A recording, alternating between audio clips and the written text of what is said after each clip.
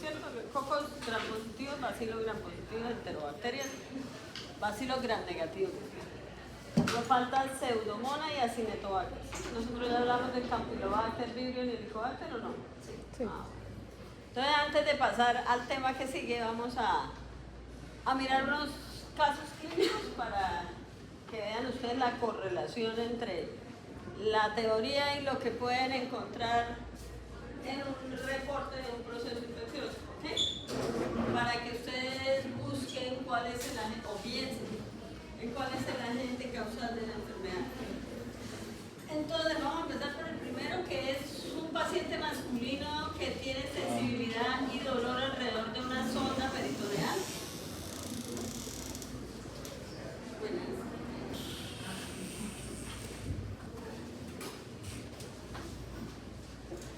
Que se le puso para la diálisis a insuficiencia renal crónica. Una vez que toman la muestra encuentran que hay cocos gram positivos, positivos a catalasa y negativos a coagulasa sensibles a novobiosina. ¿Ahí cuál sería?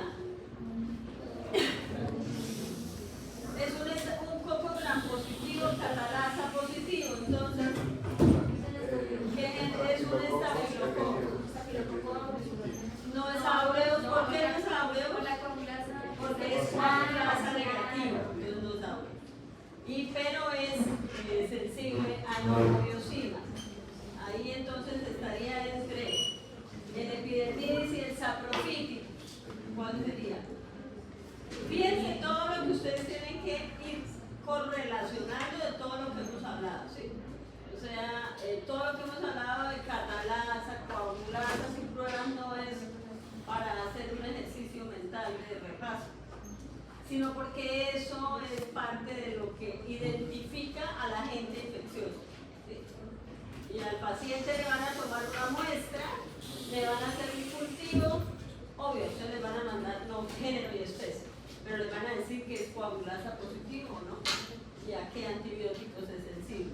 La novobiosina se hace para diferenciar entre saprofíticos y epidermidis. ¿Se acuerdan cuál es lo que teníamos ahí? Entonces, ¿este qué es? ¿Un estafilococo qué? No sé, miren a ver. ¿Por qué?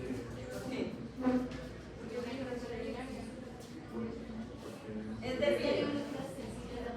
No, es de sonda de... Sí, pero de la piel, o sea, la microbiota de piel. ¿Sí o no? Está entre saprofíticos y epidermidis. ¿Cuál de esos dos es sensible a la novobiosina? Sí, había una de Epidermidis. Bueno, hay que tener inquietud para que ustedes vayan. Ah, no, claro. Yo les dejo la inquietud para que ustedes, además de buscar ese, miren lo que tienen que ir correlacionando, ¿cierto? Un lactante de 1 semana de vida que nació por vía vaginal, tiene signos y síntomas de neumonía y meningitis, lleva urgencias para su evaluación. En el líquido cefalorraquídeo hay cocos gram positivos, catalasa negativos, de hemólisis beta y resistente a la vacigracina. ¿Qué microorganismo causa la enfermedad en el neonato? Agalactiae. Streptococo agalactiae. ¿Por qué? porque pasa por el canal vaginal y ahí está en esa otra. Porque sí, es un beta hemolítico, catalasa negativa, o sea, es un hemólisis beta, o sea que ahí sería pues, todos los de la hemólisis beta, pero por la vía de infección, el factor de riesgo fue el parto, ¿cierto? La contaminación que tenía la mamá con el estreptococo beta hemolítico del tipo B, que es el agalactiae. A esa señora que le deberían haber hecho para que al neonato no le hubiera pasado eso. Una cesárea. No. ¿Un antibiótico Un control del embarazo. Pero no es, digamos, si es positiva se le da antibiótico antes. Sí, pero eso se lo hacen en el control del embarazo. Ah, ¿Cierto? Porque en el momento del parto, ¿qué les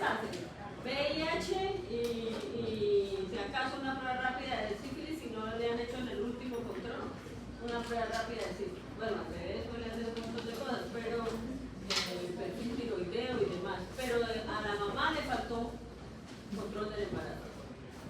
Sí, porque usted mire que el parto es vaginal, hay ni líquido después, ustedes la llevan a lo que va, a pujar, ¿cierto?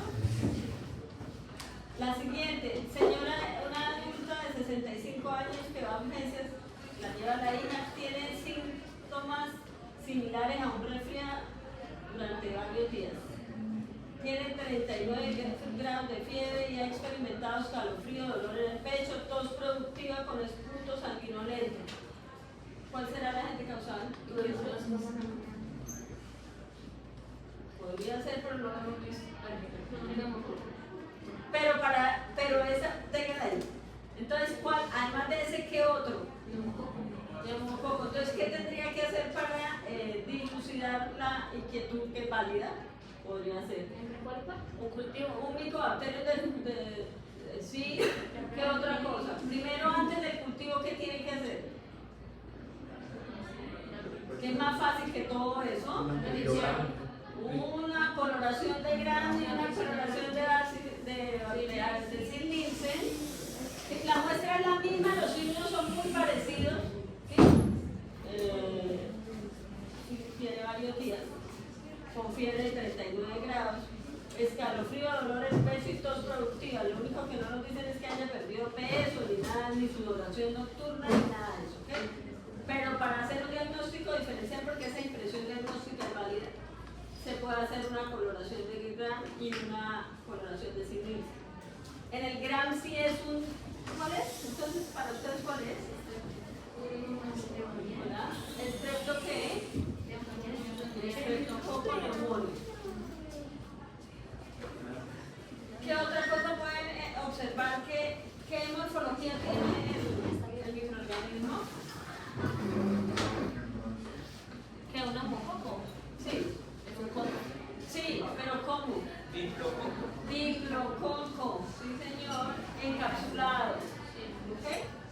Esas serían otras pruebas que podrían hacer, pero tienen que hacer cultivo. O una PCR. Hay PCRs para infecciones de vías respiratorias. ¿Okay?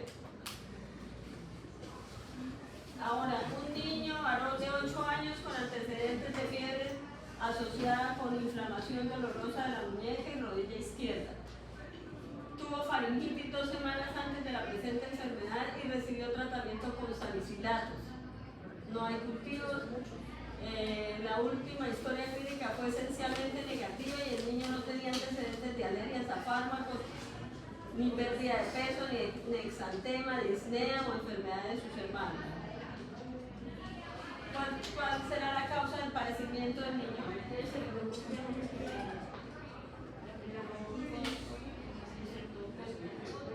Duro. Diógenes que le tuvo una afectación por ¿Cómo se llama? Fiebre reumática. Fiebre reumática. Miren que parte de la clave es que tiene dolores en las articulaciones, en la muñeca y en la rodilla, ¿ok? Pero también nos dicen que tuvo fiebre 39 asociado a faringitis, ¿cierto? Y el agente causal de la faringoamigdalitis bacteriana más común es ¿cuál? El estreptococo neumonio. ¿Listo? No, Diógenes. Listo.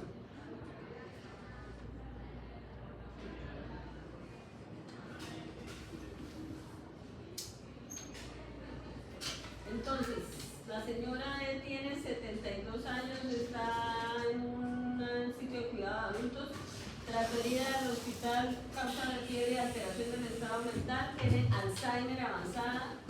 ¿Ustedes desde ahí sí están viendo? Sí. Tiene sonda foreign a permanencia debido a continencia urinaria. Es de persona despierta, conversadora, pero orientada solo en relación con personas. Tiene 38.3, taquicardia, murmura de forma incoherente y deja de comunicarse de manera verbal. Está fría, seca y sin ulceraciones, sus membranas mucosas están secas, su abdomen blando. Tiene ruidos intestinales normativos y al parecer sensibilidad en la región suprapúbica. La sonda vesical drena orina turbia, el análisis de orina revela leucocitos y bacterias muy abundantes para contarse. La tinción de grandes sedimentos muestra cocos grampositivos. En los cultivos de sangre y orina también crecen cocos grampositivos. ¿Cuál sería la causa más común? Una infección urinaria. Puede ser, pero ¿qué más? Eso es una infección nosocomial que se llama adquirida en la... Pues no, porque ella llegó con la infección al hospital. Ella lo que pasa es que vive en un asilo para adultos mayores. ¿Ok? Pero la vía de infección sí es la sonda. Pero la E. coli, ¿qué es? Un bacilo gram-negativo. Sería epidermidis. Puede ser epidermidis, pero también por ahí hay... Puede ser un enterococo, ¿cierto? ¿Cuál? No, de los que vimos, ¿cuál?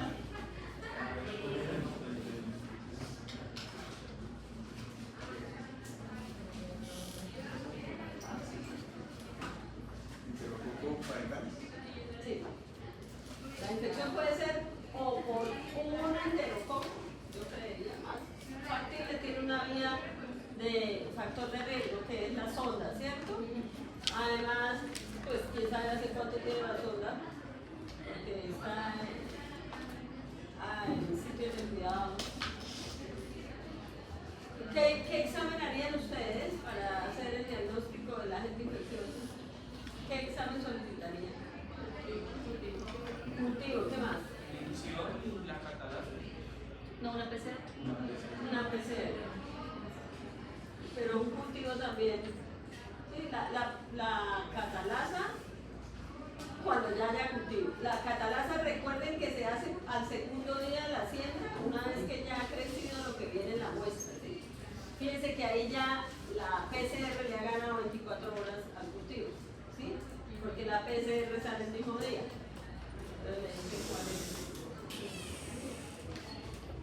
Y además ahí hay otra pista que crece en sangre y en orina, o sea que la gente infeccioso pasó a la vía hematométrica.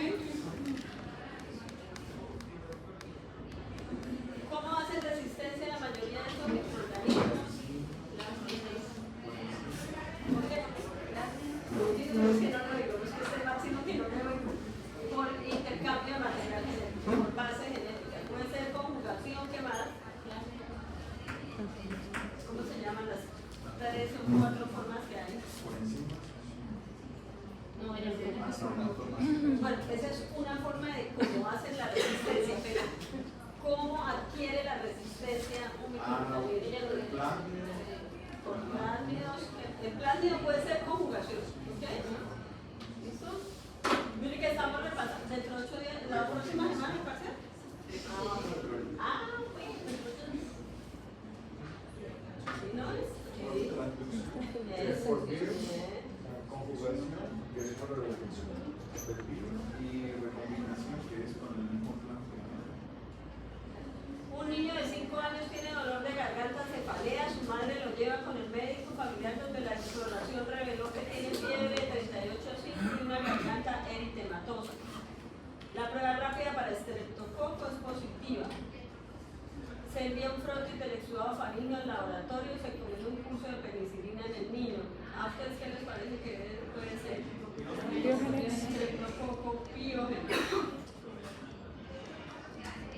Una niña de 12 años jugaba fútbol, cuando empezó a comer tiene dolor en la pierna y el muslo derecho con una temperatura de 38,9.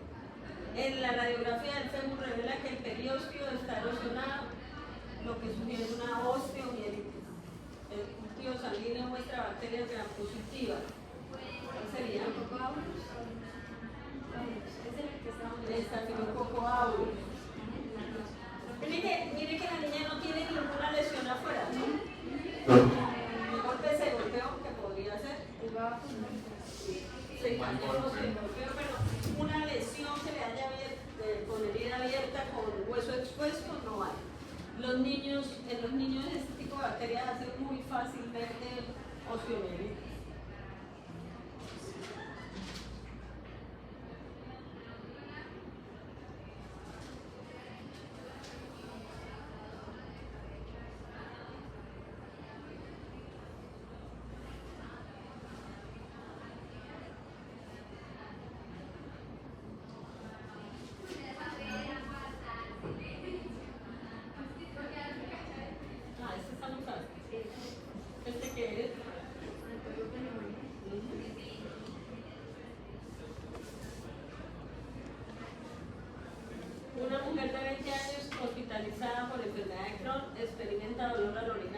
frecuencia urinaria y fiebre de grado bajo, se retira la sonda urinaria y se envía orina al laboratorio para efectuar cultivo. Los resultados del laboratorio revelan unidades formadoras de colonias mayores a 150.000 unidades formadoras por mililitro de coco gram positivos que son negativos a la catalasa y tolerantes a la sal.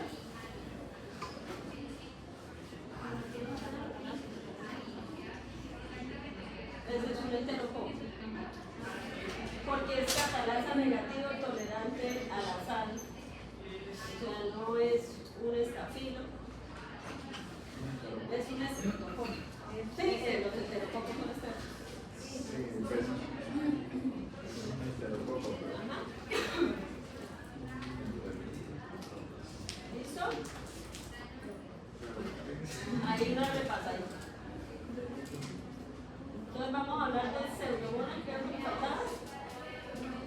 ¿Sí?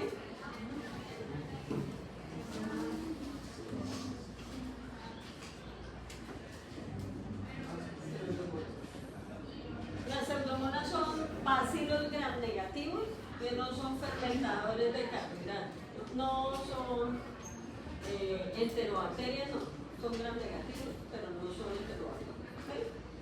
Y no son fermentadores.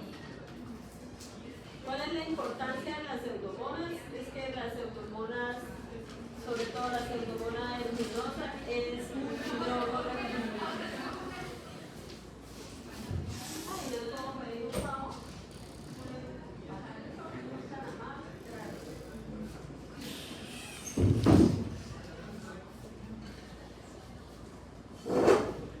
Entonces, gram negativos, móviles, oxidasa positivos y son capaces de producir pigmentos que los diferencian de acuerdo a la especie. Los colores de los pigmentos pueden ser diferentes, que van de lo verde, negro, rojo y demás. No fermentan lactosa y dentro de ellos el que mayor, digamos, se repite los procesos infecciosos, sobre todo nosocomial, es la pseudomonas aeruginosa. Son causantes de enfermedad de coinfección en pacientes que tienen enfermedades de base, por ejemplo, pacientes que han sufrido quemaduras con extensión grande de piel, pacientes que tienen EPOC o fibrosis quística, porque como esos procesos hacen que la persona retenga secreciones, que no las elimine, entonces esas secreciones son, digamos que proliferan ahí en esas secreciones, es la pseudomonas. Esto que ven ustedes verde ahí en el antibiograma no es que el medio de cultivo sea verdecito, es que la pseudomonas aeruginosa produce ese pigmento. Todo ese verde es producido por la pseudomonas. Y de igual manera la piel del paciente, por ejemplo, el paciente quemado, donde empieza a crecer la pseudomonas, se toma ese color. Usted ya no hemos visto antes, sí, nosotros ya vimos antibiograma. ¿Ahí cuál sería el resistente? La bacteria sería resistente a cuál? En el sentido de las manecillas del reloj. Nosotros no vemos antibiograma. Al contrario de manecilla. Nos mostró los resultados, pero no. Mire, esto es un antibiograma por difusión. Ustedes ven lo que está en el centro de los halos. Es el antibiótico. ¿Sí? Eso es un sensidisco que está impregnado con un antibiótico. Cada sensidisco de esos tiene un antibiótico diferente. Eso es un antibiograma manual. Eso ya hoy en día casi no se usa porque todos son automatizados, pero el fundamento es el mismo. Medir la capacidad de sensibilidad o de resistencia que tiene la bacteria frente a ese antibiótico. Pero nosotros hablamos de concentración mínima. Sí, se nos mostró unos resultados. Sí, un antibiograma. Los resultados. Los Sí, resultados. es que ese es un antibiograma automatizado. ¿Okay? Ella dijo sí, que ya nos hacía con el mechero y todo. No, es que no se hace manual ya. Esto es manual. Uno lo que hace es sembrar la bacteria y después ponerlos en sidiscos, ¿sí? Pero obviamente el fundamento es el mismo. Entonces, 24 horas después, ¿qué es lo que uno espera? Que haya crecimiento bacteriano, ¿sí? Pero, ¿cómo interpreto yo la sensibilidad o la resistencia de la bacteria al antibiótico? Por el tamaño del halo. Y la sensibilidad es directamente proporcional al tamaño del halo. Entre más grande sea el halo, quiere decir que en ese halo blanco no hay bacteria, ¿cierto? ¿Por qué? Porque la bacteria es sensible al antibiótico. Y entre más cerca crezca, por ejemplo, de arriba a la izquierda, en el primero como a las 11, ¿sí? Ese antibiótico, sí, los relojes no son digitales, sino los que son a las 11, entonces a ese antibiótico la bacteria es resistente, ¿ok? Probablemente la casa que hace o genera los antibióticos le dice a uno si le da tanto diámetro, porque hay que medirlo con una regla. ¿Sí? Ahora el equipo hace todo. Entonces, si le da tanto, porque estos son cualitativos, no son cuantitativos, aquí no se les puede dar concentración mínima inhibitoria, a no ser que el señor que produzca los antibióticos le diga si el halo es tanto, la concentración mínima es esta, ¿sí? En ese orden de ideas, el que está a las 9 es el al que mayor es sensible. Y ahí entonces uno va midiendo, uno miraría ahí y diría, pues es como sensible. ¿Es una alarma o una llamada? Dígale que usted está ocupado. ¿Listo? Entonces, mire, si a uno le calificaran el procedimiento, aquí estos dos no se pueden leer. Porque están juntos, ¿cierto? Entonces, si el profesor viniera a mirarle a uno lo que hizo, pues probablemente le jala la oreja. Por eso aconsejan, sí, uno debe empezar por el centro. O sea, el primero lo pone en el centro y los otros los pone equidistante. Pero volvamos al color de la pseudomonas. El verde es de la pseudomonas. Y mire que el piecito del paciente también está con color. ¿Sí lo ven? ¿Cuál es la patología base que tiene el paciente? Tiene los dedos quemados. Entonces no tiene la protección de la piel.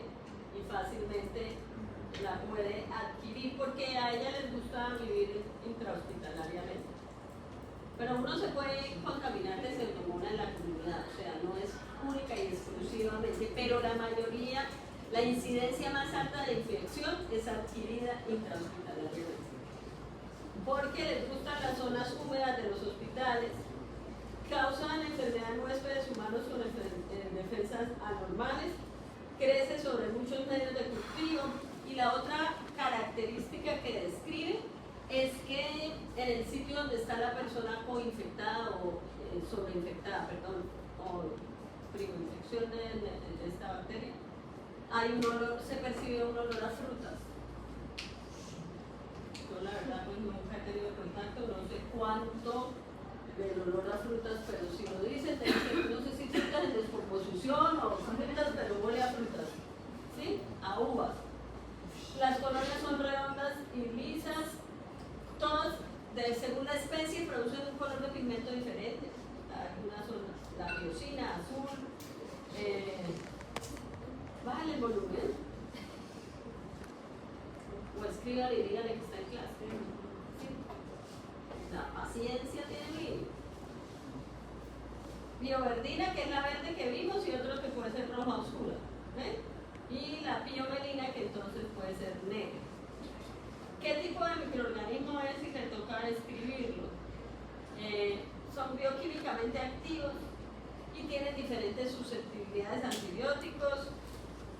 Esta es la temperatura, digamos, el intervalo entre 37 y 42 grados, y a los 42 grados es que produce el pigmento. O sea, si uno está sospechando, el microbiólogo sospecha que es una pseudomonas, pues lo tiene que poner a crecer a 42 grados centígrados. Señor. La temperatura para todos, sí. O sea, para que produzcan el pigmento debe ponerse a crecer a 42 grados. Y cada una, de acuerdo a la especie, a su potencial, produce el color que es. ¿Sí? La de mayor incidencia es la pseudomonas aeruginosa, que es la del pigmento verde.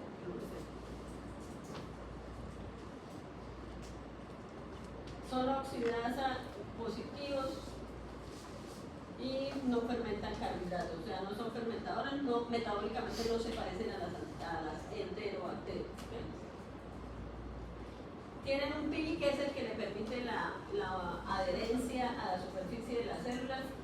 Tienen la capacidad de producir un exopolisacárido, que es la sustancia que se deposita sobre, por ejemplo, el pulmón, en todas las secreciones que tiene la persona, y es la que aumenta el daño, porque la persona que tiene una fibrosis quística pues ya tiene un daño sobre el pulmón, y entonces esta bacteria lo que va a hacer es aumentarle el daño al paciente, o sea que puede disminuir el tiempo de calidad de vida que tiene el paciente. ¿Sí? Produce lipopolisacárido, que es endotóxico, y hay varios inmunotipos de lipopolisacárido por el antígeno A. Entonces, se produce respuesta inmunitaria contra el lípido A de los lipopolisacáridos. La flagelina también produce una respuesta inmune, tiene unión y puede, pues hay unos receptores de tipo TOP R4 y 5, que esto por lo general es donde mayormente se produce, pues es donde empieza la enfermedad. Hay una reacción inflamatoria para defensa eficaz. Hay unos marcadores de inflamación, ¿sí? del plasma y del suero, que son la proteína C reactiva y la procalcitonina, pero es más, digamos, más clara la reacción de en la PCR. El aumento es más rápido, se puede medir más, pero la procalcitonina también permite, sobre todo que estos marcadores de inflamación lo que hacen es que permiten hacer un seguimiento a la infección, ¿sí? Y a la adherencia al tratamiento. ¿Por qué? Porque yo puedo mirar si está haciendo adherencia al tratamiento o no. Porque deben disminuir, ¿cierto? ¿Debe disminuir qué? El valor de la PCR o de la procalcitonina, ¿cierto? Acercarse lo más posible al valor normal. Cuando empieza la infección, tiene síndrome y choque séptico, fácilmente hace una sepsis. La persona que tiene la bacteria que tiene un potencial de virulencia grande y muy rápido, ¿sí? porque la persona ya tiene un factor de riesgo, ¿sí? Ya tiene un proceso infeccioso, o sea, ella lo que viene es a agravar el cuadro. Digamos que tanto por las sustancias que tiene la bacteria como por la respuesta inmune, porque a veces la respuesta inmune, tratando de eliminar el microorganismo, lo que hace es aumentar el daño sobre el tejido, ¿sí? Pues digamos que a todos nos pasa, pero hay cuadros en los que es más complicado. También originan síndromes sépticos, producen muerte celular, liberación de componentes celulares y activan los TLR o algún otro sistema proinflamatorio.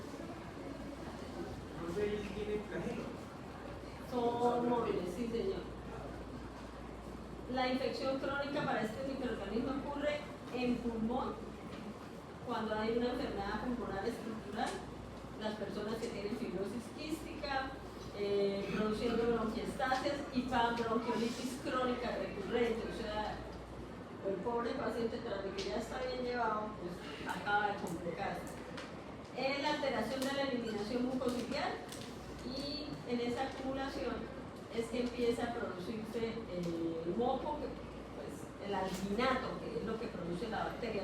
La bacteria produce el exopolisacárido que se llama alginato, y digamos que es el que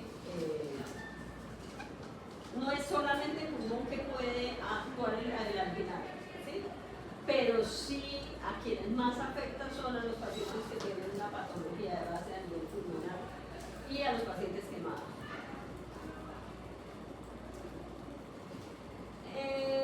Es capaz de evadir las defensas del hospedador, tiene 4 toxinas que evaden la fagocitosis y producen citotoxicidad, produce 4 proteasas distintas, o sea que es capaz de afectar las células, 2 fosfolipasas, homolípidos, biocianina, ácido hidrociánico, que tienen la capacidad de afectar al hospedador.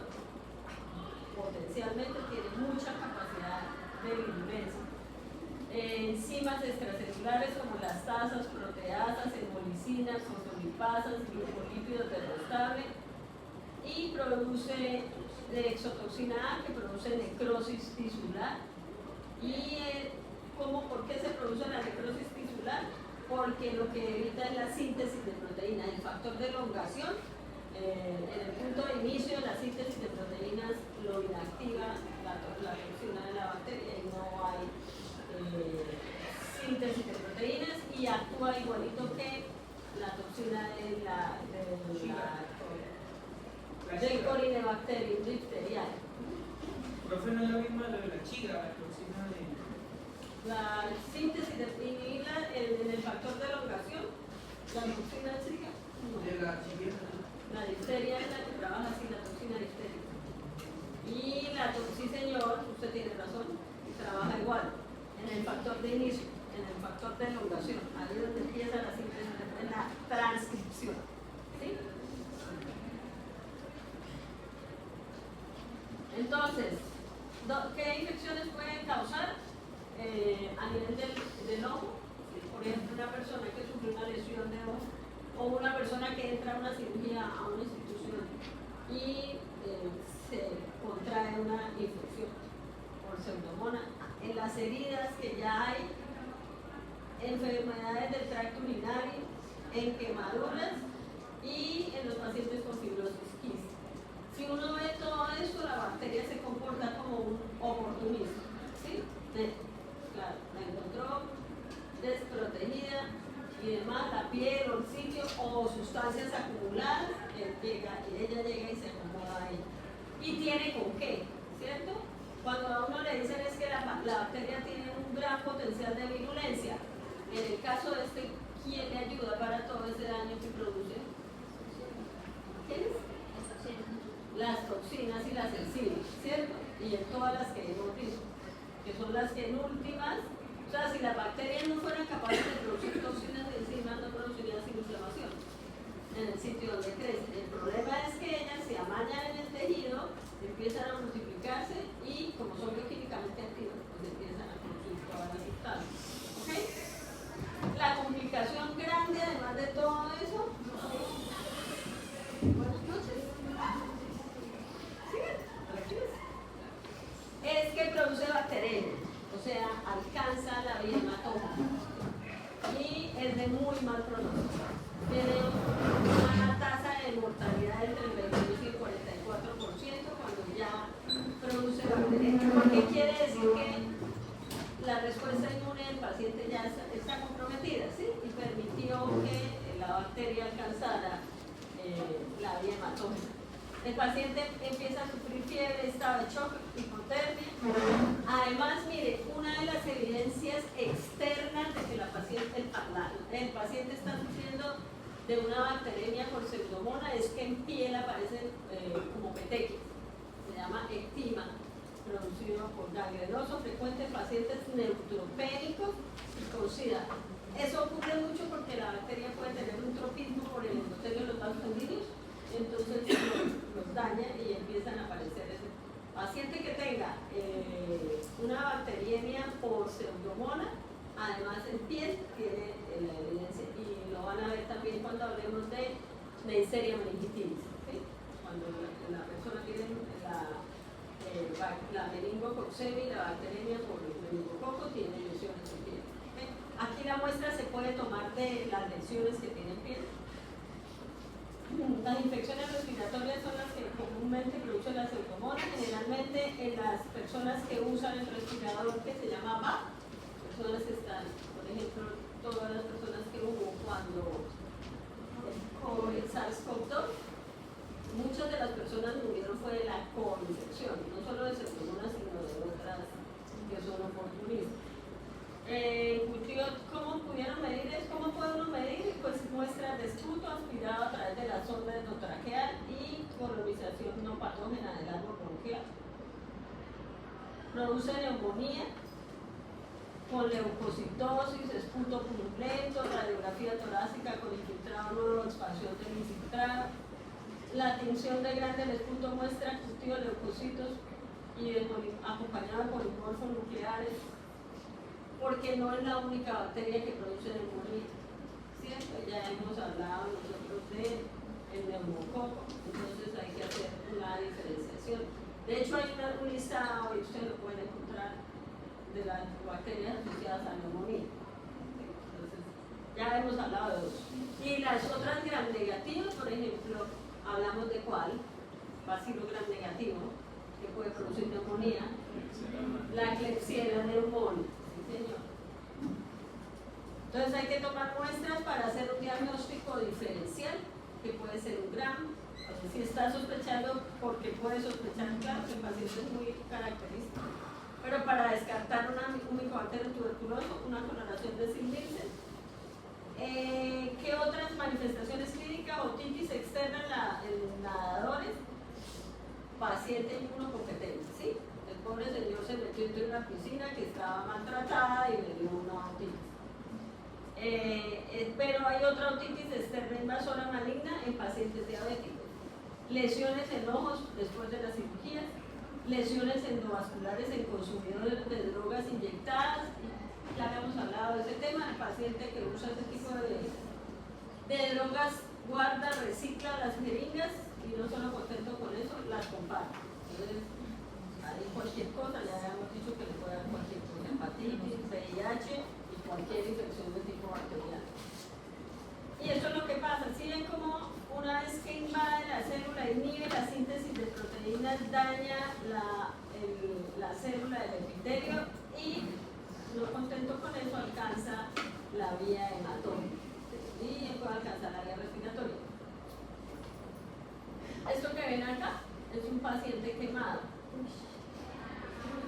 como infectado, y ese color verde, menos mal que estamos en los televisores, ese color verde es de la pseudomonas, ¿okay?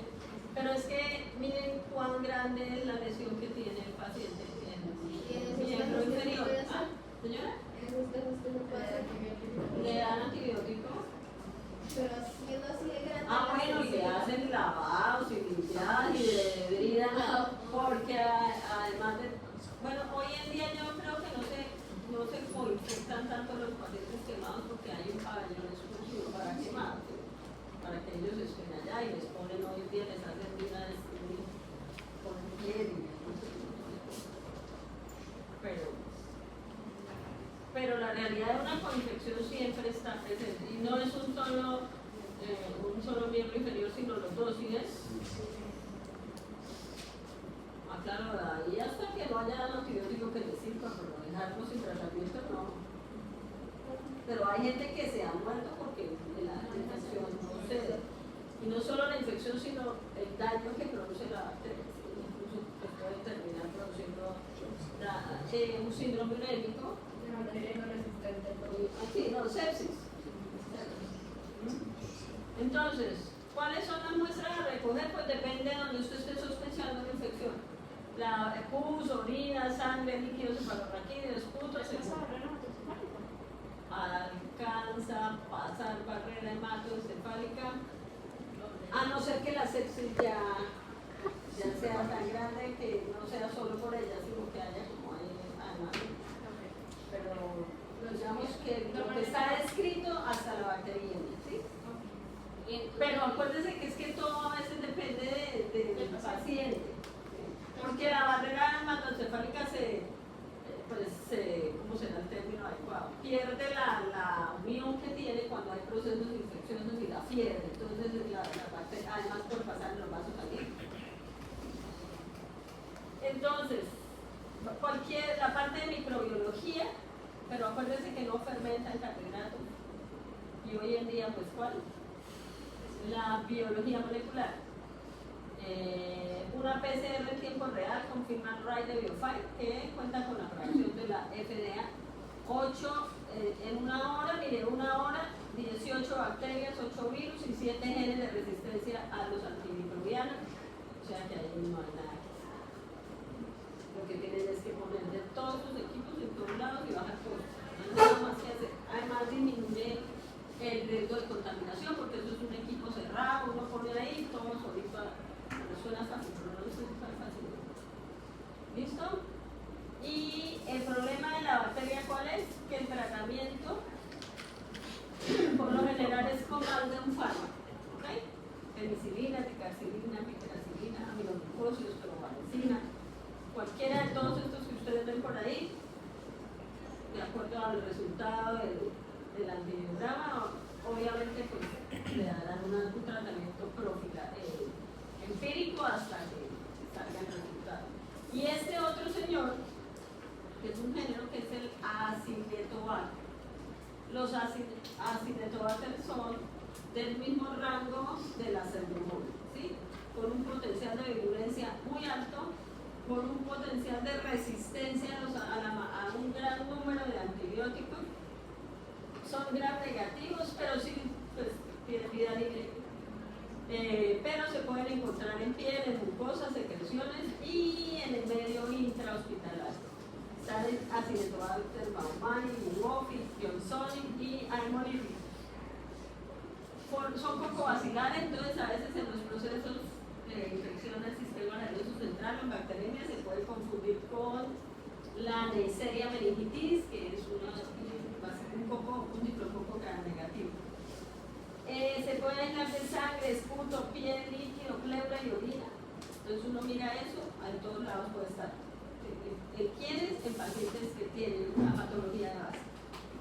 El Johnsoni se encuentra a nivel intrahospitalario en pacientes con catéter intravenoso de plástico, produce neumonía nocosomial, septicemia, en pacientes con quemaduras o compromiso inmunológico y el tratamiento es muy difícil. Profe, ¿cuál es la diferencia entre una neumonía normal y la nosocomía?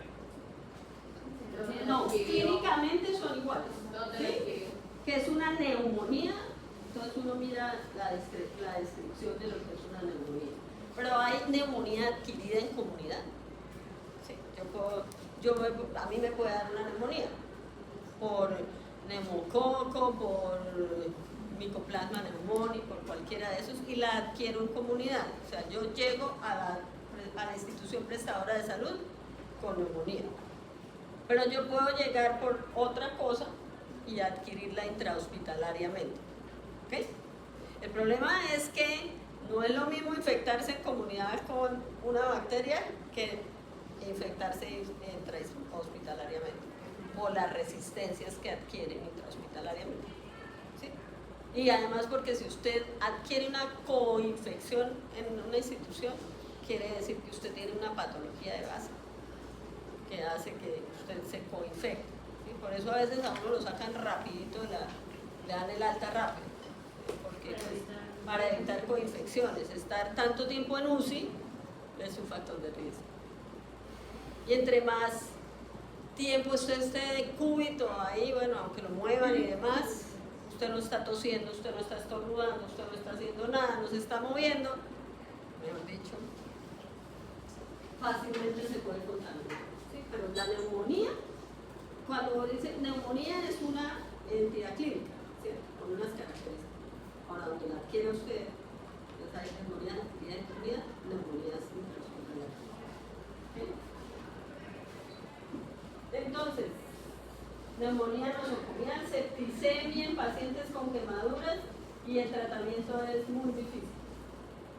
El hospedador y el ambiente se facilita por la capacidad del organismo para adherirse a las superficies y de las células humanas y para formar biopelículas.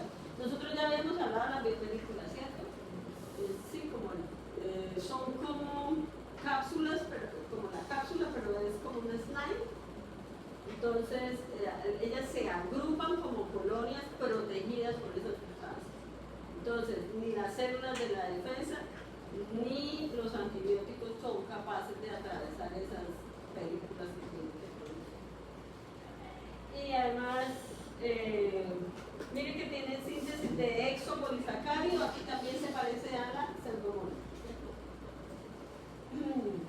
Y fimbrias, una molécula sensible al poro codificada por el gen autoinductor, por eso es que es capaz de formar biopelículas. De las porinas de la membrana externa media, la apoptosis celular, entonces lo que hace es dañar las células, puede sobrevivir en ambientes hostiles dentro del hospedador, en superficies inanimadas, y para eso le sirve la capacidad de formar biopelículas, porque porque ellas pueden vivir, por ejemplo, en las prótesis. Uno no se imagina de que vive una bacteria localizada encima de una prótesis de rodilla o de cadera, ¿sí?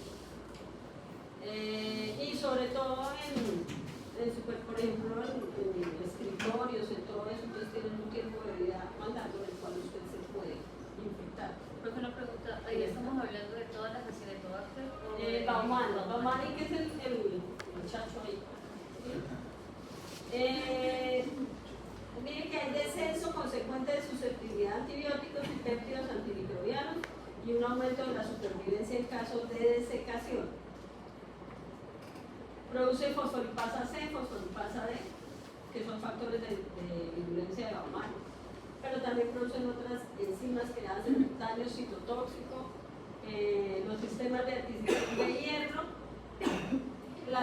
los microorganismos que producen sideróforo. Sideróforo es una partícula que le permite a las bacterias, porque estamos hablando de bacterias, pero después podemos hacer los hongos también. Entonces lo que hacen es fijar hierro. Las partículas de hierro que fijan las bacterias hacen que la degradación por las células que necesitan destruirlas se haga más difícil. Los seres humanos no tenemos hierro libre, todo el hierro que tenemos está conjugado, ¿cierto? Pero hay procesos patológicos que permiten que haya liberación de hierro y la bacteria está pendiente de que usted tenga hierro libre y lo que hace es captarlo. Cuando hablemos de hongos, también hay hongos que producen sideróforos y esos hongos tienen mayor potencial de virulencia, igual esta bacteria. Producen secreción de sideróforos compuestos de anión férrico con una masa molecular baja. Puede crecer a pesar de la deficiencia de hierro en el ambiente circundante. El Baumani puede desplegar múltiples mecanismos de resistencia. Bueno, ¿cuáles son las formas de resistencia que tiene contra los antibióticos? Produce beta-lactamasa. Entonces, la beta-lactamasa, acuérdense que está cromosómica o adquiridas por intercambio de material genético. O sea que los antibióticos que dañan la transrespiración, que son los betalactámicos, no sirven para estas bacterias porque pues lo inactivan. Aunque hay unos antibióticos que nosotros vimos que eran ¿cuáles? Inhibidores de betalactamasa, ¿sí? Todo lo que está tazobactam, ácido clavulínico, todo eso es inhibidor de betalactamasa. Puede reducir la expresión de porinas y esa es una forma de resistencia que tienen las bacterias, hacen que las porinas sean muy pequeñas y entonces los macrólidos no pueden pasar y algunas otras moléculas, y acuérdense que la síntesis de proteínas se hace en los ribosomas y tiene que entrar. Y otra que es la bomba de expulsión, que lo que hace es sacar todos los líquidos y pues todas las sustancias en las cuales hay antibióticos como las quinolonas, tetraciclinas, clorantraniliprol, todo eso. Adquiere betalactamasas, incluida serina y betalactamasas, AMPC, todas estas son betalactamasas.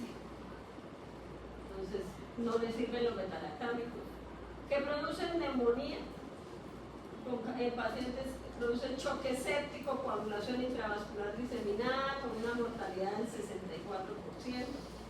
Puede producir infecciones de piel y tejidos blandos, meningitis y diversas infecciones.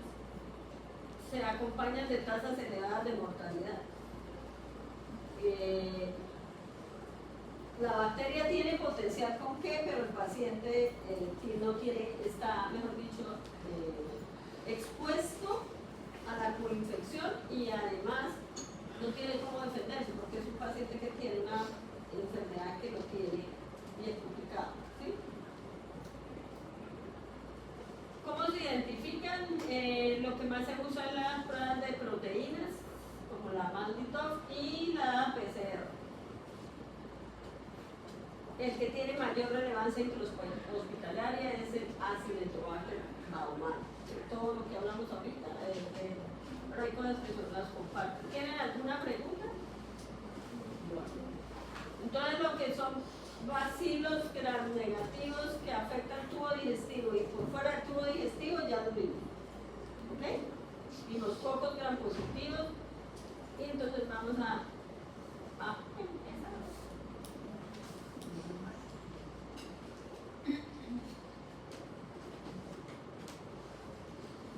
Un tema que es bien bonito, que son las infecciones de transmisión sexual por vagina. ¿Okay? ¿Cómo se contraen? Por contacto sexual, pero en algunas, por ejemplo, la sífilis se puede contraer de manera vertical o por transfusión. O sea, no, la única forma no es el contacto sexual, ¿ok? De la madre al hijo o por una, bueno, en transfusión digamos que sería como hoy en día la de menor incidencia porque la calidad que tienen los bancos de sangre son bastante alta, o sea, todas las pruebas que se le hacen. Entonces, hay enfermedades que, digamos, síntomas de la enfermedad, hay que saber cuándo uno está enfermo y cuándo está infectado. Hay enfermedades obtenidas por relaciones sexuales, como son la hepatitis, una de las formas de hepatitis que la vamos a ver, y enfermedades propiamente por contacto sexual. ¿Cuáles hemos visto? Vamos a mirar acá.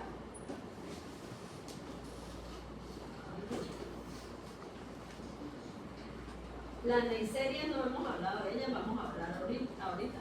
Vamos a hablar de clamidias y los virus, pues cuando veamos virus, que son el VIH y el virus de la piel. Treponema pálido, que vamos a hablar ahorita, que es el agente causal de la sífilis. Las tricomonas vaginales, que tal vez son el único parásito que produce enfermedad de transmisión sexual, que se adquiere por un contacto sexual entre humanos. Las cándidas, la Gardnerella vaginalis, pero ya no la consideran una infección de transmisión sexual, sino una vaginosis, ahorita hablamos de ella. Y la del VPH, el virus de la rubeola, pero porque afecta el producto del embarazo. Lo vamos a ver también. Y ya hablamos de estreptococos que pueden producir sepsis y meningitis en el neonato. Y nos faltaría hablar de listeria monocitógenes, que ya vamos a hablar después. Y las que producen infección postparto, hablamos de estreptococo del grupo A, ¿se acuerdan cómo se llamaba? En el postparto, ¿cómo se llama la infección por estreptococo? Fiebre puerperal. Estafilococo aureus, que ya lo vimos, coliformes y algunos anaerobios. ¿Listo? Entonces, hay que saber en la mujer que la enfermedad reproductiva tiene un tipo de microbiota. Cuando está prepuber tiene otro, recién nacida es muy parecida a la de la madre, y después de la edad reproductiva, en la edad de la menopausia y posmenopausia, pues vuelven a ser iguales, que son coliformes, ¿okay? Pero eso no quiere decir que esa microbiota no cambie por contactos, pues porque adquiere un agente infeccioso. Nosotros no somos portadores sanos de algunas de las que vamos a hablar ahorita, o sea, si usted tiene ese agente infeccioso, tiene la enfermedad. ¿Okay? Nosotros no somos portadores sanos de la bacteria que produce la sífilis, no somos portadores sanos de la bacteria que produce gonorrea.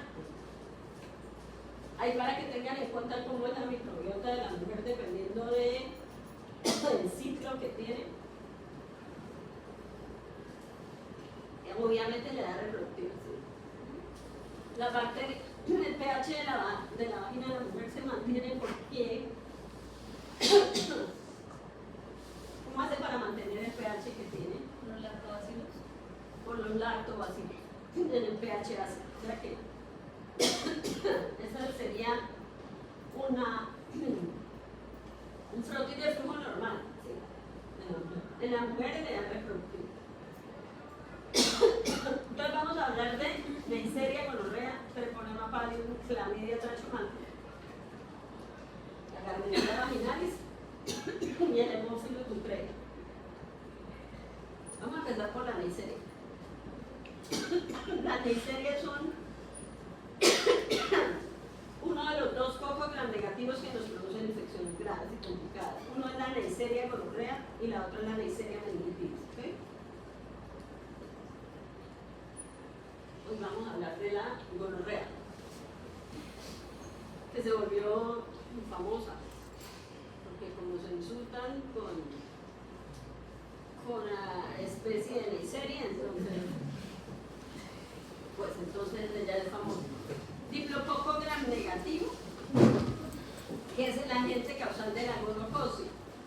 Es una uretritis en el hombre y una infección en la mujer, ya vamos a ver. Infecta el epitelio cilíndrico cuboide causando cervicitis, uretritis, proctitis, faringitis. Eso que nos debe traer de pensamiento que todo depende como tenga la actividad sexual la persona. ¿Sí?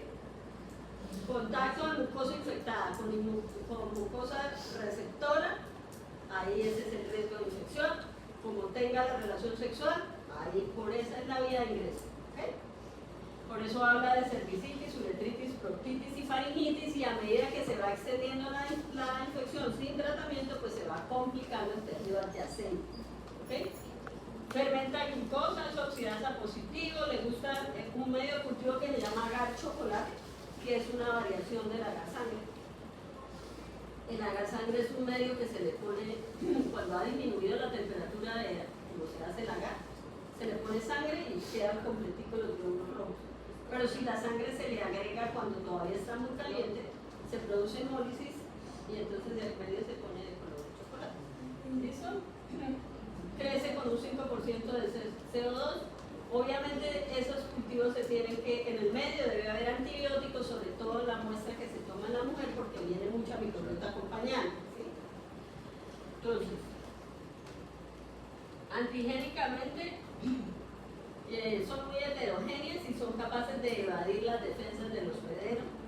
Tienen PIL, que les permite adherencia a las células y evitan la fagocitosis, está formado por secuencia de aminoácidos. Tienen unas proteínas de superficie que son la proteína POR o POR, que está en la membrana de la célula, es un trímero y forma el poro de superficie.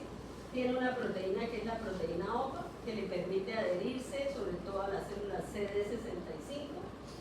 Y proteína RMP, que es una proteína modificada por reducción de la POR para la formación de poros. Digamos que esa es la forma estructural de la pared de la bacteria. Generalmente las infecciones son exógenas y ascendentes, como lo ven ahí. ¿Ok? Ahí fíjense que estoy mostrando como si el único sitio de infección posible fuera genital. ¿Okay? Pero ya entendimos que la lesión puede producirse en cualquier sitio. Por eso habla de, dependiendo de la actividad a nivel anal, puede producir proctitis y demás, y a nivel de la pared. ¿Okay? Si uno mira ahí, ¿cuál sería lo más complicado que podría pasar con esa bacteria? O con la paciente, por cuenta de la bacteria. En algunos sí. No es el comportamiento más frecuente, pero puede pasar. Sí, señora. Pero hablando de los genitales y sus anexos.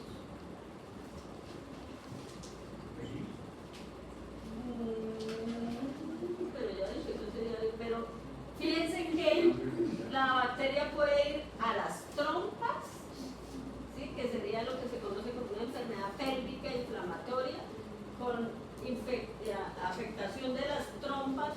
Cuando se produce una infección, el tejido se vuelve grueso, fibrótico, y obstruye la luz de la trompa.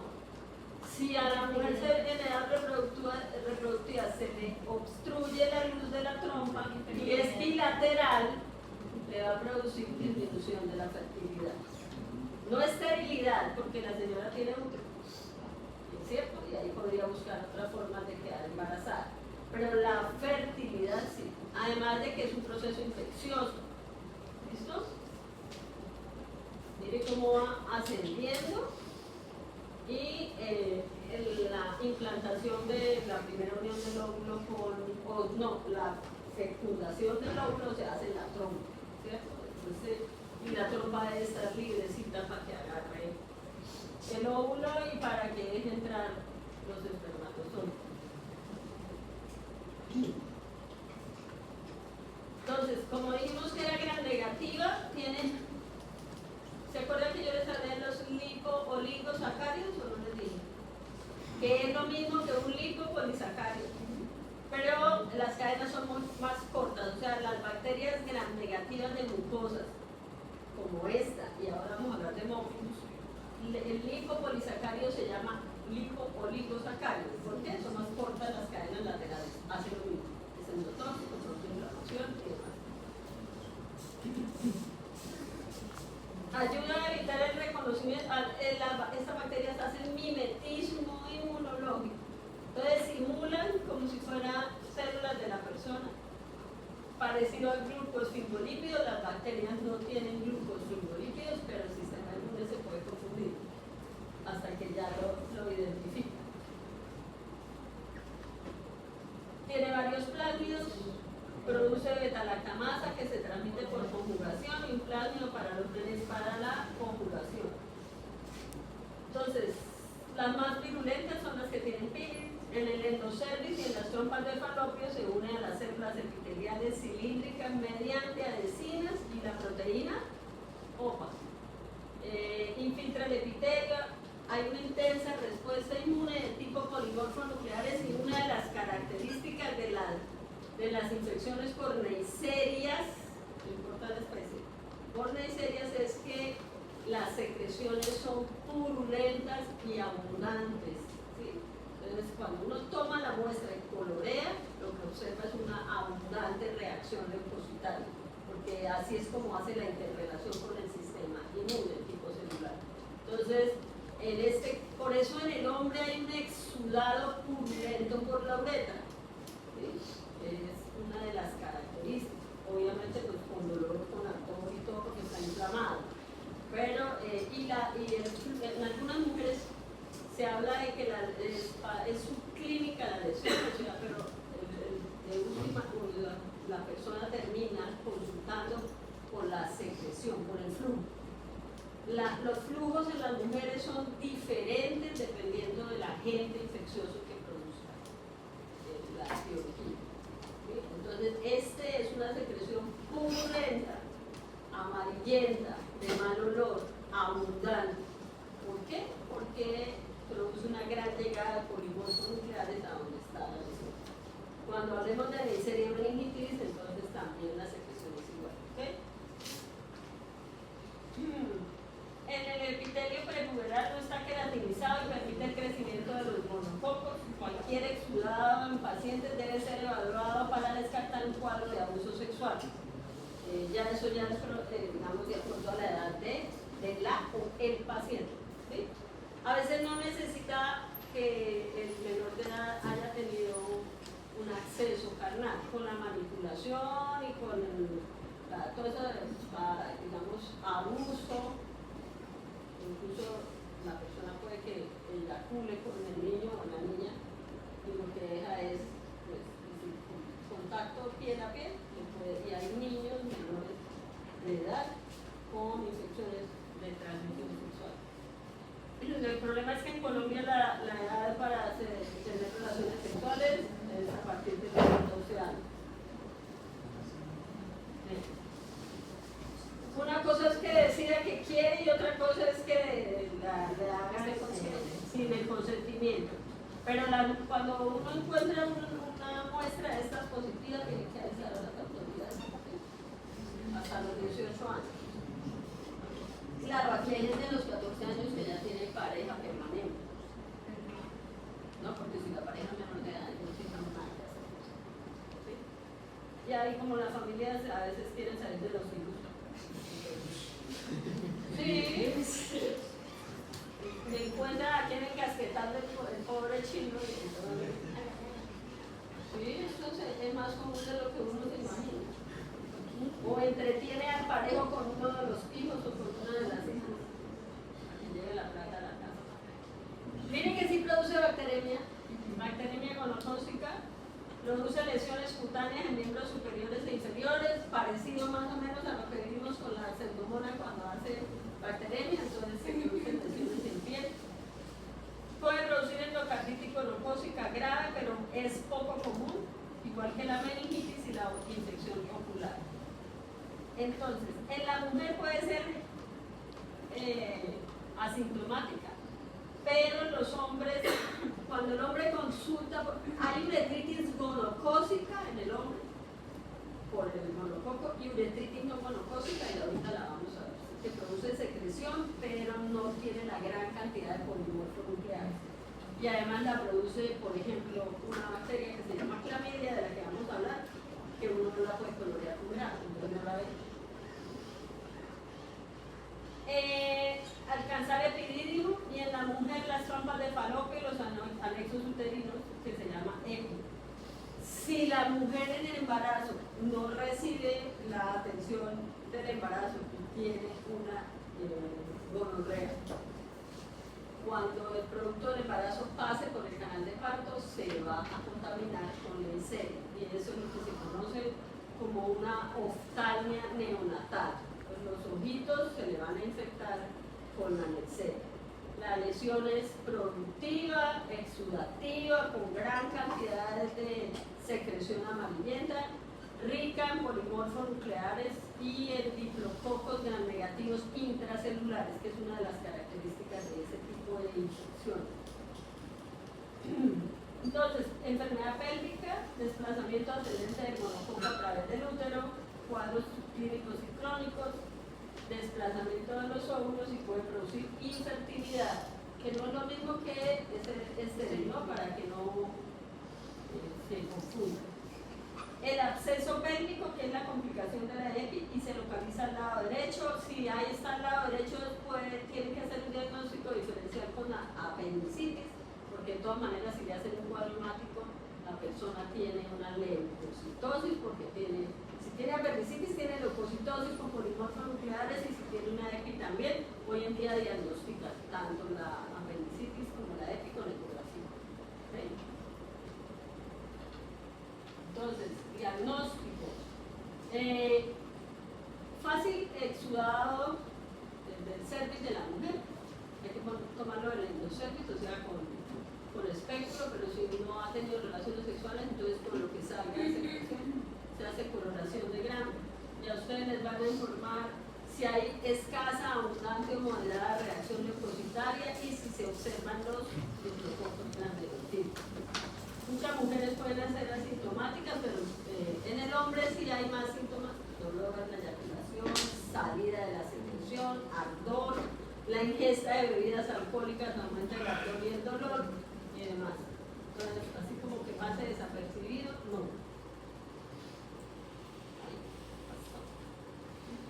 Entonces, aquí está qué es lo que tiene que hacer para tomar una muestra adecuada, y que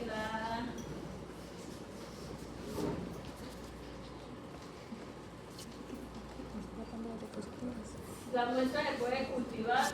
Este Taller Martin es un chocolate modificado. Se hace gran reporte, identificación y pruebas de susceptibilidad, PCR maldito, y hoy en día están tomando muestras del periné para completar este tipo de diagnóstico. El tratamiento, acitromicina, clindamicina, pero era muy sensible a los antibióticos, a la acitromicina, pero por ahí apareció una supergonorrea que no era sensible a nada. Miren, esto que ven ahí es una reacción leucocitaria. Si no la podía curar con nada. Porque es que el problema es que nosotros nos volvimos muy convencidos de que todo tiene remedio y tratamiento, ¿cierto? Ah, no, pues si le da sífilis tiene tratamiento, ah, no, pues si le da gonorrea tiene tratamiento. El VIH lo asustó la humanidad durante tiempo. Lo único es que uno nunca se cura de VIH, ¿sí? Se lo controla.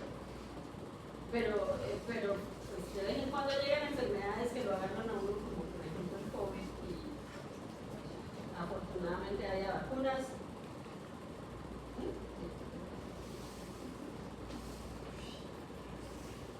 Si los alcanzan a ver los poquitos, diplococos gramnegativos intracelulares, mire ahí están. Esto es un polimorfo nuclear, intra y extracelular.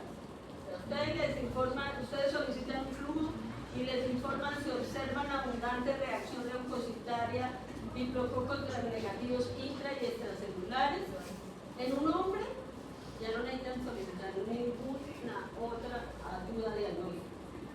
mujer hoy en día pues pide el cultivo y demás para confirmar, y más si es una menor de edad o una embarazada. La embarazada pues porque es población de riesgo por el producto del embarazo. ¿Listo?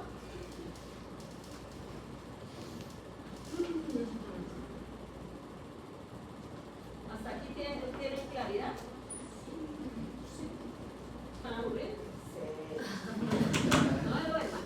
A ver, ¿qué te duerme? Mire, vamos a hablar de una bacteria que es muy bonita.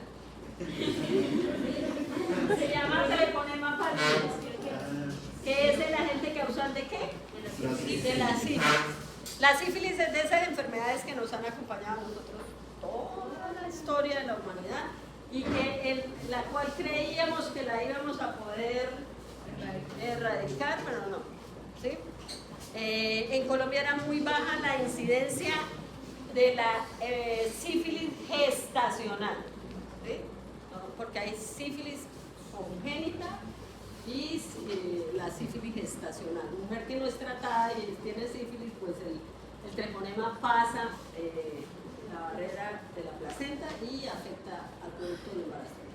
Con sífilis que le deja lesiones al producto del embarazo. O sea, que el ideal es hacer a todas las mujeres un examen para ver si tiene sífilis y se lo hacen varias veces durante el embarazo, porque usted se infecta en cualquier momento y la inmunidad que tiene no es protectora.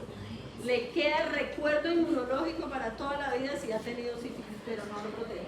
Cada vez que tiene un encuentro de riesgo, pues se puede volver a infectar. ¿Sí?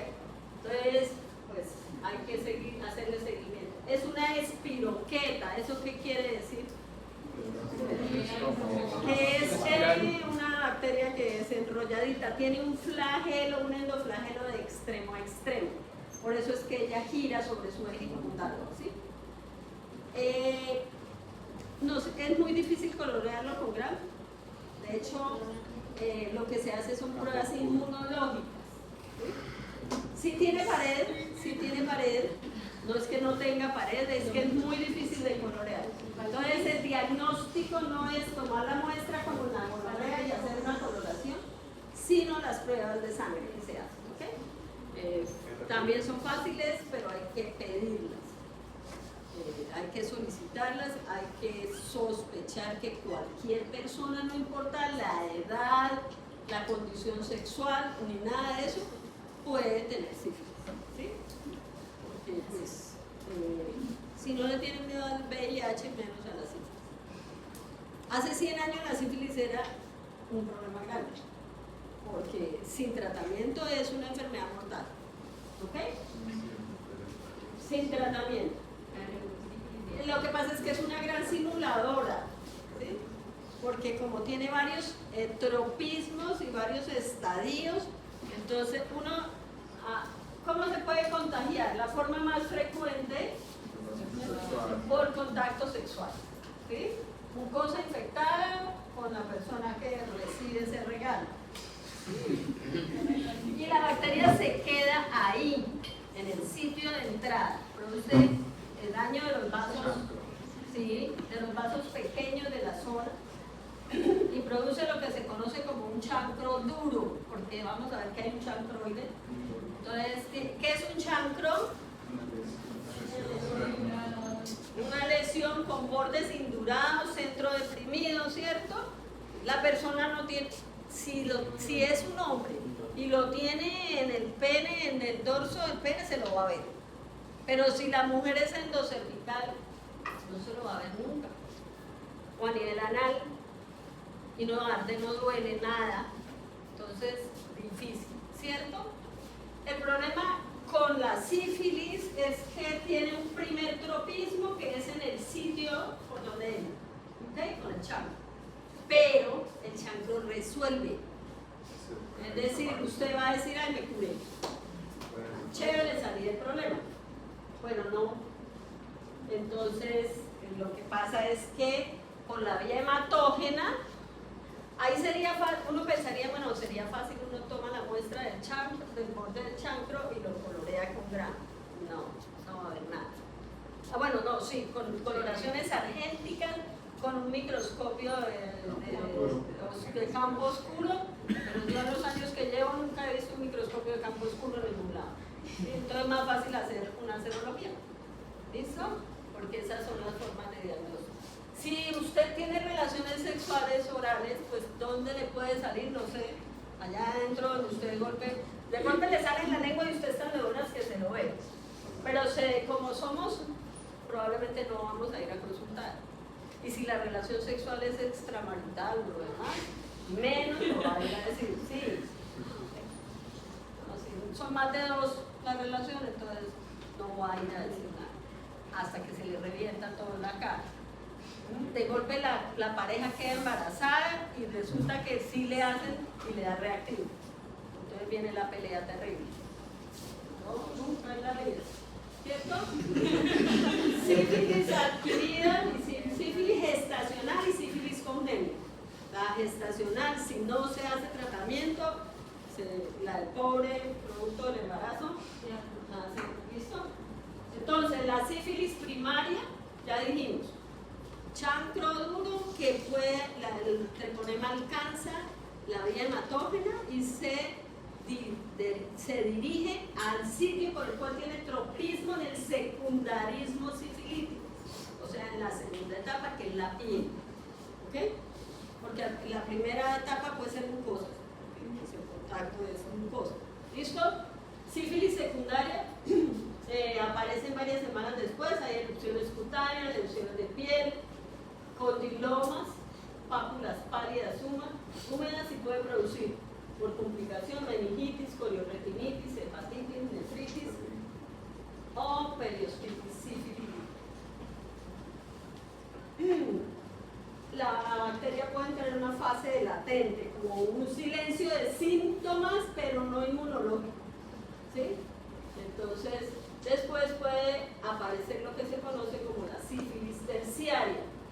Y ya entonces, gomas con lesiones granulomatosas en piel, en huesos, en hígado y tiene un tropismo por el endotelio de los vasos sanguíneos y en la tercera etapa puede dañar los vasos sanguíneos grandes y producir ruptura de los vasos, un aneurisma a nivel de las esofágicas y el sistema nervioso central y puede producir también neurosífilis, puede decir cambios en la personalidad y la muerte del paciente. La sífilis sin tratamiento es una enfermedad. ¿Okay? Ahí está. Lesión primaria, secundaria, miren cómo eso se llama una roceola sifilítica. ¿Sí? En todas las palmas de las manos y todas las, no sé si alcanzan a apreciar eso. Aquí en la piel, ¿sí la ven? Que tiene unas lesiones eritematosas y las palmas de las manos, en el cuello. Y aquí solo hay una imagen de un pene, pero la mujer también produce lesiones, pero no es una lesión exclusiva del hombre, es de los seres humanos. Entonces, en la sífilis gestacional, entonces, frecuente en las mujeres en los primeros años de la infección, no en la etapa latente, sino cuando tiene la etapa activa. Pasa a través de la placenta, es muy complicado cuando la infección la hace entre las semanas 10 y 15 de la gestación, porque es en el momento en que se está formando. ¿Qué puede producir en el producto del embarazo? Mortinatos, abortos, y pueden hacer vivo, ¿sí? Pueden hacer vivo con los signos de la sífilis congénita, queratitis intersticial, vientos de Huntington, miren el fémur con lesiones osteolíticas en la parte de la metáfora proximal y distal, hepatoesplenomegalia, erupciones cutáneas. El tratamiento son como un montón de tiempo dentro del recién nacido ahí, intrahospitalariamente, lo dejan. El problema, por ejemplo, de Cúcuta es que vienen a tener hijos sin haber recibido atención del embarazo. En el momento del parto les hacen la prueba, ya vamos a ver, las pruebas de diagnóstico y se dan cuenta que tiene la sífilis. Y le dicen, y el problema es que se tiene que regresar a su sitio donde vive, ¿cierto?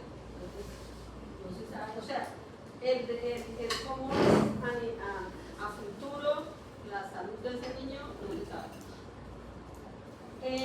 Examen de campo oscuro, inmunofluorescencia y las pruebas. Bueno, como es una enfermedad de salud pública, ¿sí? Tiene un protocolo de diagnóstico y de manejo. ¿Qué es lo que dice el protocolo? Bueno, un banco de sangre, pues tienen que ir a todos los donantes, le hacen pruebas de sífilis, ¿ok? Porque las sífilis más diagnosticadas son las de las embarazadas, ¿ok? Porque es obligatorio hacerle todas las pruebas. Ahora, ¿cuántas personas estarán en la vida viviendo con sífilis y nunca en la vida se han hecho una prueba y tienen vida sexual activa? Desde que la persona tenga vida sexual activa, tiene el riesgo de contraer todo lo que se contrae por relaciones sexuales. ¿Alguno de ustedes se ha hecho una prueba de sífilis? Ni siquiera los que donaron sangre, el otro día donaron sangre. No, otra vez. Ah, usted no sabe, pero la sangre le hace la prueba. Si le diera positivo, usted Pero no no dice hace eso, prueba rápida. tiene que hacer prueba. Entonces, por protocolo, lo primero que bueno, hay dos tipos de términos, de pruebas. Las pruebas treponémicas, donde se trabaja con el antígeno del treponema, que son confirmatorias, ¿ok? Y las pruebas no treponemas, que se trabaja con una cardiolipina, que reacciona con los anticuerpos que se producen para el treponema, ¿ok? Entonces, por protocolo, uy, eso está muy chiquito.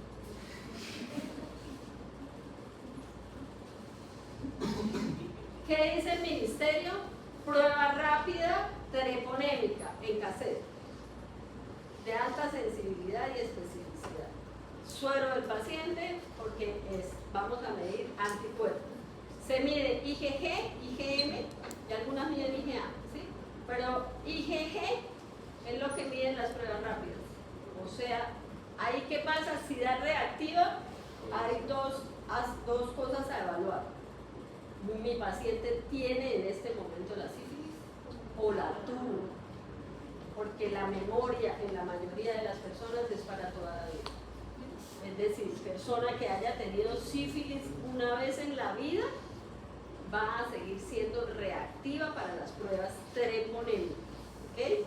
Ahora lo que usted tiene que saber es si en el momento, en el tiempo real, la persona tiene sífilis, porque usted no le va a clavar una cantidad de antibiótico si no tiene sífilis. Cuando le da reactiva la prueba treponémica, lo siguiente que se hace es una de las pruebas no treponémicas, que puede ser BDRL o RPR. Esas pruebas son cuantitativas. ¿Eso qué quiere decir? Yo la hago y si me da reactiva tengo que montar diluciones, porque a ustedes les va a llegar reactivo 8 DILs, reactivo 16 DILs, 32, 64 y así de para arriba de 12. Entre más alto sea el título, más complicada está la salud de su paciente en relación al treponema pálida. Pero además, le miden en tiempo real, ¿sí? IgM, la presencia del agente infeccioso, o sea, la persona en ese momento está con sífilis. Y además usted le pone el tratamiento y evalúa la adherencia al tratamiento. Pero como esas pruebas son de pura reacción inmunológica, usted no puede pedir control a los 15 días. No puede pedir control al mes ni a los 2 meses porque le va a dar lo mismo. ¿Sí? Usted tiene que darle por ahí unos 3 o 4 meses. ¿Para qué? Para que el título tiene que ir disminuyendo y el título se tiene que volver negativo.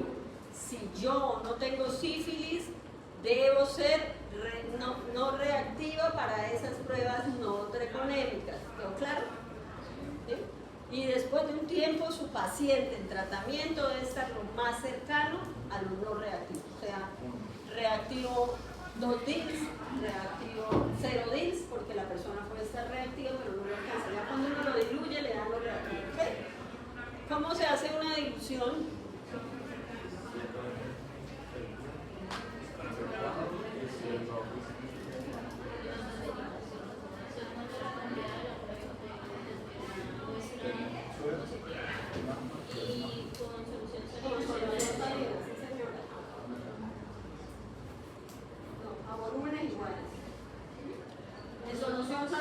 usted tiene que trabajar con solución familiar. Entonces, en el primer tubo usted pone 0,2 del suero del paciente y usted pone en todos los tubos la misma cantidad de ¿qué? De solución salina. Sí, el volumen es igual, pero ya no es igual la cantidad de suero. ¿Por qué? Porque yo saco de acá para acá y de acá para acá y de acá para acá. Por eso hablo de 2, 4, 8, 16, 32, 64 y así sucesivamente. ¿Sí? Eso es como cuando uno hace limonada y quiere que le rinda más, entonces le echa bastante agua, ¿cierto? Y saco de acá para acá, o sea, aquí ya lo estoy diluyendo una vez, ¿cierto? Y aquí 2 veces, 4 y así sucesivamente. ¿Qué es lo que pasa? Que cuando a usted le informan que está reactivo, y le dicen reactivo 32 días, ¿sí? O sea, yo hice diluciones, cuando puse el antígeno más el anticuerpo, acuérdense que este anticuerpo es no treponémico, me va a dar una reacción que se llama una floculación, que es una aglutinación incompleta, ¿ok? Si es la BRL la miro al microscopio, si es RPR la miro directamente. En Colombia la que más se hace es la PDRL, ¿ok?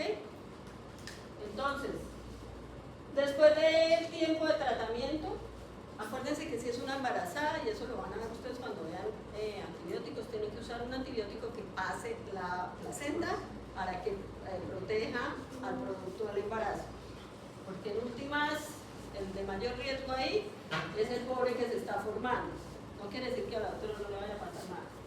Entonces, tiene que volverse no reactivo, ¿ok? Después del tratamiento. O lo más cercano a lo no reactivo. Si no, no. Pero si esa señora fue en el primer control, ¿sí? Y la señora volvió a tener, si al señor con el que vive, o con los que vive, o bueno, lo que sea, no le hacen tratamiento, ¿qué le va a pasar? Se va a volver a infectar. Entonces por eso es que le hacen varias y en el momento del parto. ¿Ok? ¿Listo? Esas son no treponémicas, porque lo primero que hacemos son pruebas rápidas treponémicas. ¿De acuerdo? Porque puede dar positiva o negativa y no se sabe si es que la positiva de verdad en el momento está infectada. Por eso tiene que hacer la tos, ¿ok? Por protocolo. Y hay por ahí otras pruebas que son ST-ABS, que era lo que se hacía antes para confirmar, pero eso se demoraba como esta vida y la otra para llegar al resultado, de manera que cuando llegaba la señora ya había dado a luz. ¿Sí? Pero por eso es que el médico cuando la no treponémica le salía reactiva, porque las no treponémicas no son 100% sensibles y específicas y pueden tener falsos positivos. ¿Sí? Las enfermedades del colágeno, el mismo embarazo, pero si al médico le llega reactiva y no tenía cómo confirmar de verdad qué era lo que le tocaba hacer, antibiótico. Porque uno supone que no le pasa nada, ¿no? Pero había que proteger a ambos. ¿Listo? Pero hoy en día entonces empezamos por aquí y confirmamos acá. ¿Sí? Y después de un tiempo, esta. Porque esta que le va a dar, reactivo. ¿Sí? ¿Listo? ¿Quedó claro?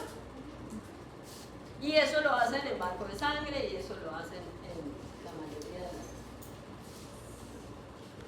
¿Por qué pasó? ¿Qué pasó?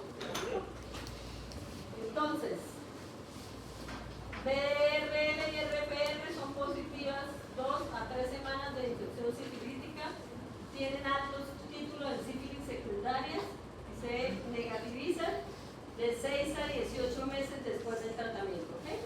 O sea que no lo pida a los 15 días. El líquido cefalorraquídeo a las 4 o 8 semanas de infección no son de torrente sanguíneo, son propios del sistema nervioso central. Y puede haber falsos positivos como el paludismo, la lepra, el sarampión. Falsos positivos en las no treponémicas. ¿Sí? Las treponémicas no, porque se trabaja directamente con el antígeno de treponémico.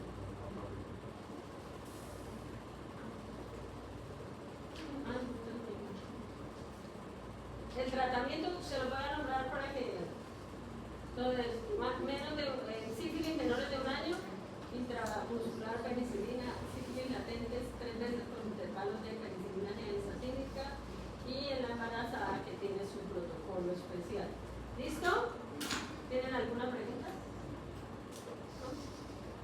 silencio absoluto.